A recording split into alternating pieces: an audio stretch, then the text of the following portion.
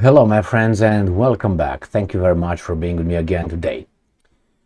Well, Putin outlines 6 principles of civilization during his Valdai speech in Sochi.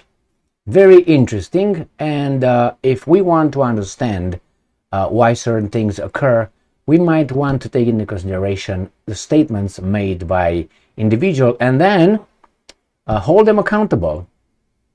Because if they say something and then you follow up and see what they did and that do not coincide, then you can say, you know what, you lied. Can you tell me what happened?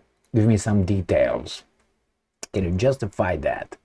So I'm going to cover these 6 principles that Putin outlined, 6 civilizational principles.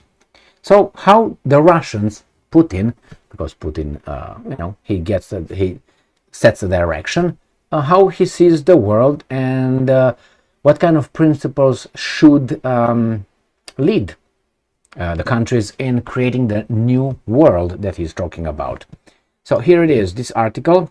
It comes from Sputnik, and it says Putin outlines 6 civilizational principles. During his Valdai speech, Putin outlined 6 principles Russia wants to adhere to and offers other nations to join.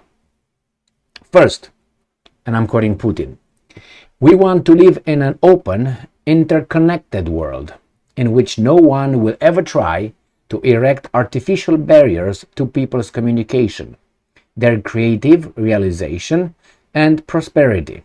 There must be a barrier-free environment. Barrier-free. End quote. Putin said, remember, this is what he says. But we pay attention because if we don't, I don't want to hear someone else telling me what Putin thinks. I want to hear Putin what he says he thinks. The second principle is the diversity of the world, which should not only be preserved, but should also be the foundation of universal development. How do you preserve diversity?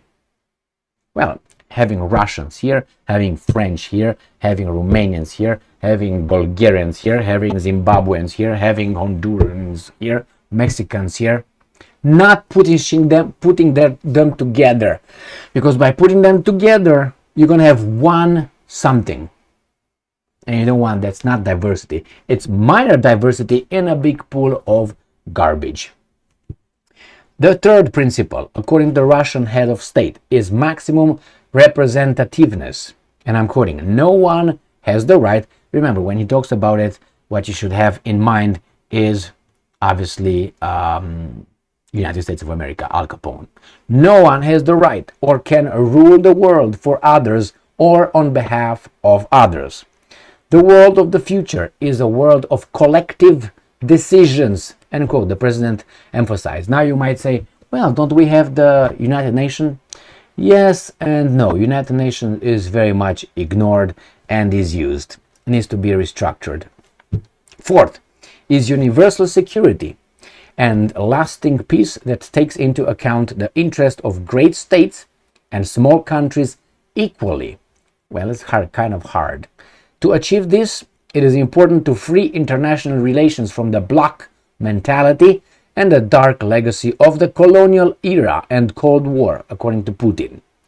Well, I don't think that the strong should or will share the same table and power and equal set of footing with the weak or with the small. That's going to be very hard.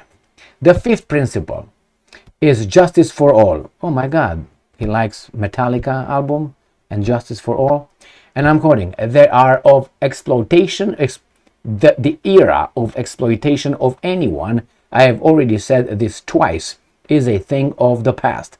Countries and peoples are clearly aware of their interests and capabilities and are ready to rely on themselves, and this multiplies their strength.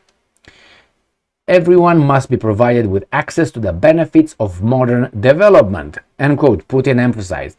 Very idealistic and general.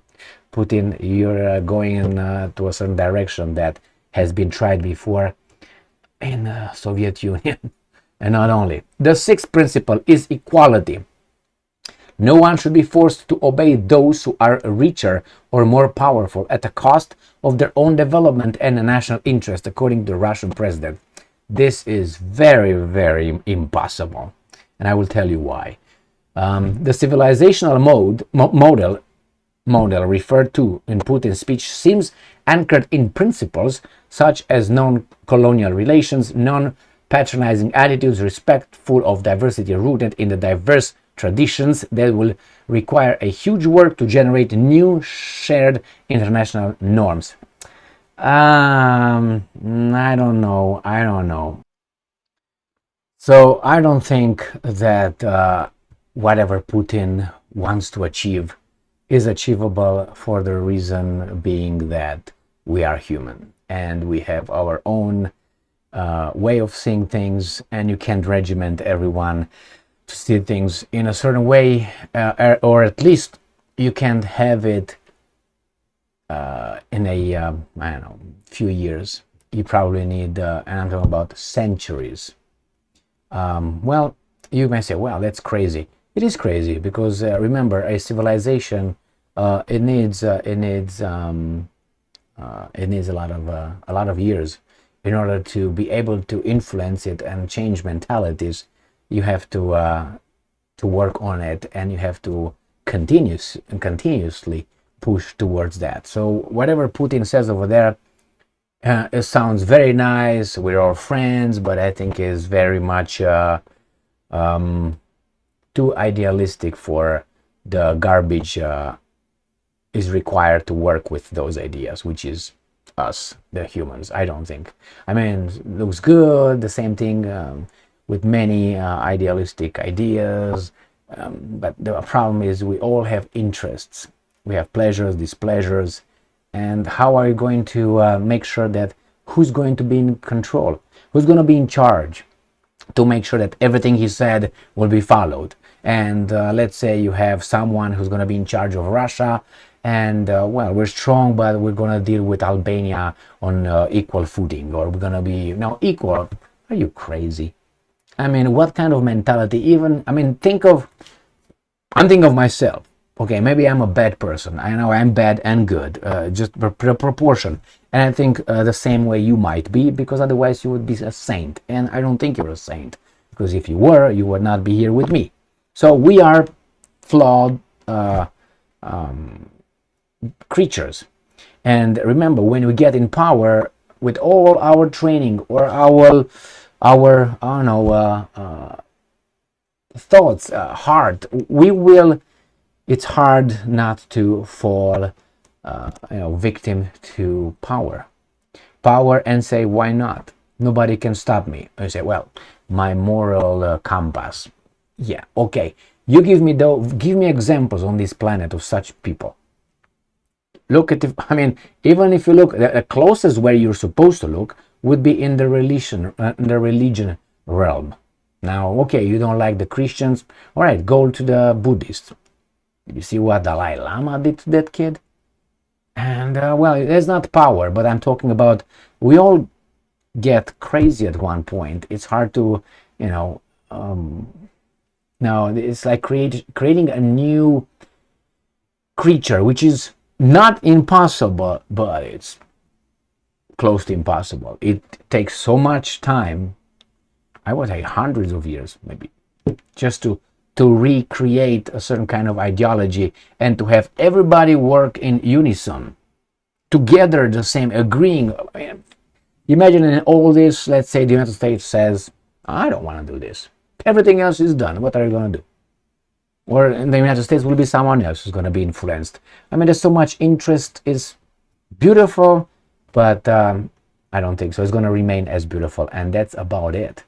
I can't imagine that justice for all sounds beautiful. It's beautiful. I'm all for it.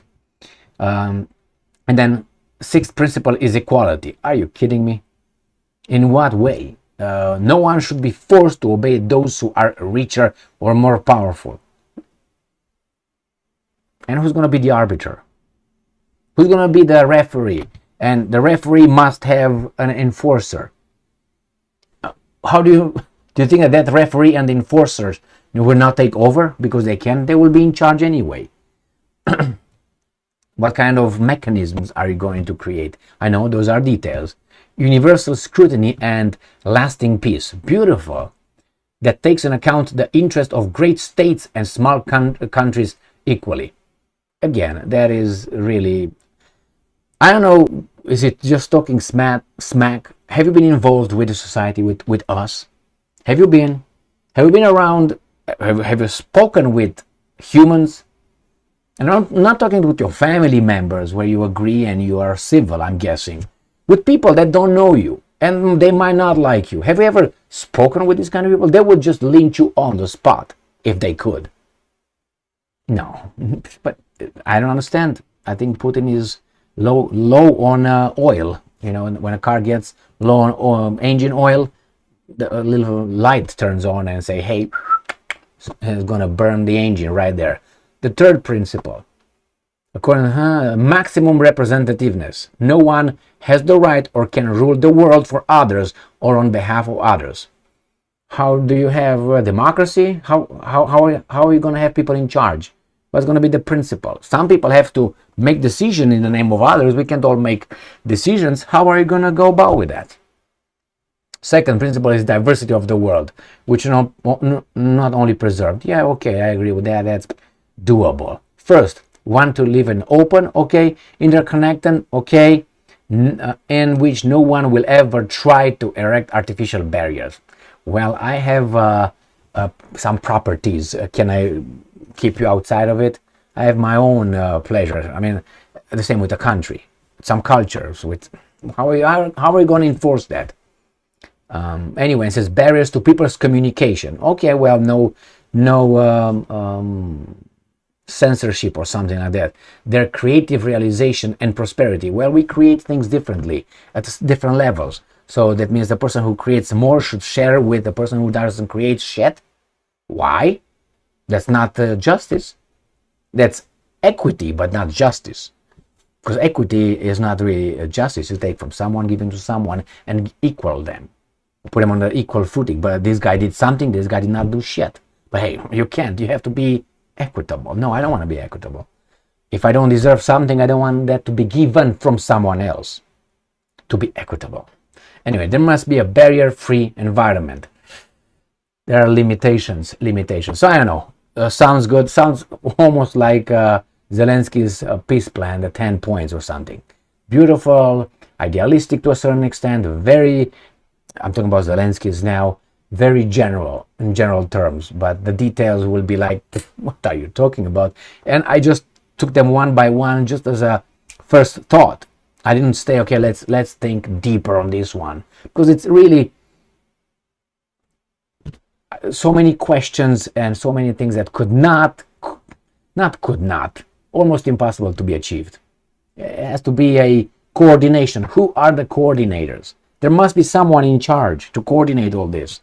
It can't just, we wake up in the morning, okay, yes, we're going to do this. All of us will be perfect people. Who coordinates? Who starts with the education? Who educates the new world? And not everyone agrees with that. Will be a big part of the chunk of the population on this planet. They say, I don't want that, screw you. What are you going to do with those guys? Are you going to re-educate them? That means someone is in control. Are we free or in control? You control us. I don't know. I don't know. I don't think so. Thank you very much for... Sounds beautiful, but as many other things sound beautiful, but when you put them in practice, you get tens of millions.